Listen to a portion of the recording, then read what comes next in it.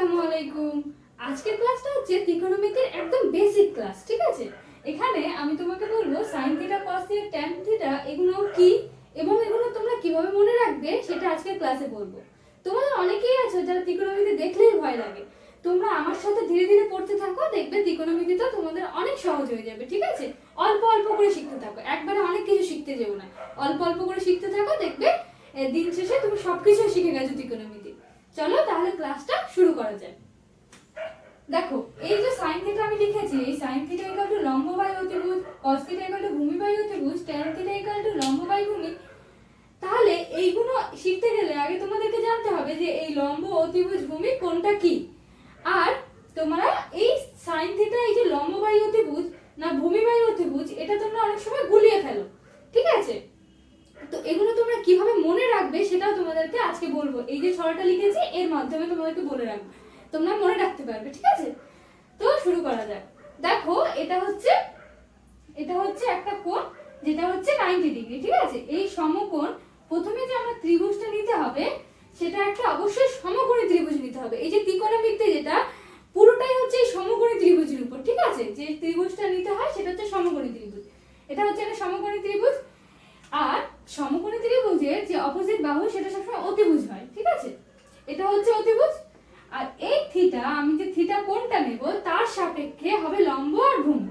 তাহলে এই থিটার সাপেক্ষে লম্ব হচ্ছে এই থিটার অপোজিট যে বাহুটা, দেখো এই থিটা এই কোণটা এর অপোজিট বাহু কোণটা এটা হচ্ছে লম্ব, আর যেটা পড়ে থাকবে সেটা হচ্ছে ভূমি। তোমাদেরকে আরেকটা এঁকে বোঝাই, দেখো এটা হচ্ছে 90 ডিগ্রি।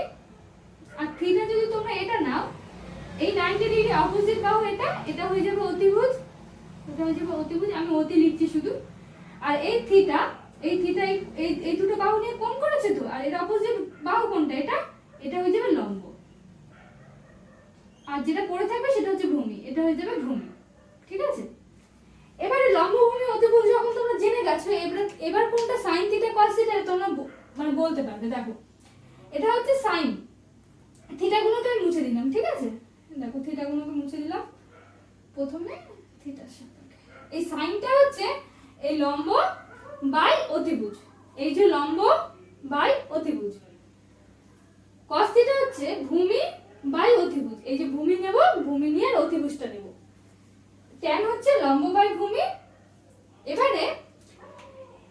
এবারে দেখো এই যে সাইন মানে সাইন যে লম্ব বাই অতিভুজ, এটা তোমরা যখন পড়বে তখন বুঝতে পারবে যে এই থিটার সাপেক্ষে আছে, যে তোমাকে লেখা আছে sin থিটা। তার মানে কি এই যে কোণটা নিচ্ছ তার সাপেক্ষে তোমাকে দেখতে হবে কোনটা লম্ব, কোনটা অতিভুজ আর কোনটা ভূমি, ঠিক আছে? তো এখানে যখন দেখো এই থিটাটা লিখছো, তাহলে এর লম্ব কোনটা? এটা তুমি যদি নাম দাও এটা এ বি সি, তাহলে এখানে sin থিটাটা কি হবে? এখানে sin থিটা কি হবে? sin থিটা এই থিটার সাপেক্ষে লম্ব কোনটা? এটা লম্ব হয়েছে, তাহলে লম্ব লিখে দেব এ বি। আর ভূমি অতিভুজ হচ্ছে এ আর সি, তাহলে এটা হচ্ছে অতিভুজ, তাহলে এখানে লিখে দেব এ সি। এইভাবে তুমি cos থিটা ভূমি বাই অতিভুজ, লম্ব বাই tan থিটা লম্ব বাই ভূমি। আর দেখো এখানে কোসেক আছে, কোসেক থিটাটা এই তিনটে যখন তুমি জানতে পারলে যে sin থিটা লম্ব বাই অতিভুজ, cos থিটা ভূমি বাই অতিভুজ, tan থিটা লম্ব বাই ভূমি, তখন তুমি cosec theta sec theta cos theta এই তিনটে সহজে পেয়ে যাবে। দেখো এই সাইনের উল্টোটাই হচ্ছে কোসেক, তাহলে কি হবে? এটা হচ্ছে অতিভুজ বাই লম্ব, এটা হচ্ছে অতিভুজ বাই লম্ব। সেকটা কি? এই কসের উল্টো, তাহলে কি হয়ে যাবে? এটা অতিভুজ বাই ভূমি, এটা হয়ে যাবে অতিভুজ বাই ভূমি। আর এই cot থিটাটা তাহলে কি হবে? cot থিটাটা হবে, এখানে tan থিটা কি আছে? লম্ব বাই ভূমি, cot থিটা হবে ভূমি বাই অতিভুজ, এই ভূমি বাই লম্ব, ঠিক আছে? এবারে তোমরা এটা অনেক সময় তোমরা করতে গেলে ভুলিয়ে যাবে যে কোনটা sin থিটা লম্ব অতিভুজ নাকি sin থিটা ইকুয়াল টু লম্ব বাই অতিভুজ নাকি cos থিটা ইকুয়াল টু লম্ব বাই অতিভুজ। তো এটা কিভাবে মনে রাখবে? এর সাহায্যে। এটা কি? লালু অতি সাদা, ভলু অতি কালো, লালু ভলু টেরা। এর মানে কি? লালু ল দিয়ে লম্ব, অ দিয়ে অতি, লালু অতি মানে সাদা দিয়ে সাইন, এস দিয়ে সাইন, তাহলে সাদা। লালু অতি সাদা মানে লালু বাই লম্ব বাই অতিভুজ ইকুয়াল টু সাইন। ভলু অতি, ভলু মানে ভ দিয়ে ভূমি, অতি অতিভুজ, কালো, কালো দিয়ে কস, ঠিক আছে। লালু ভলু লম্ব বাই অতিভুজ, এই লম্ব লালু লালু ভলু, লালু বাই এই লম্ব বাই ভূমি ইকুয়াল টু টেরা, ট দিয়ে ট্যান। তাহলে এইভাবে তোমরা মনে রাখতে পারো, ঠিক আছে। লালু ভলু, এই লালু অতি সাদা, ভলু অতি কালো, লালু ভলু টেরা।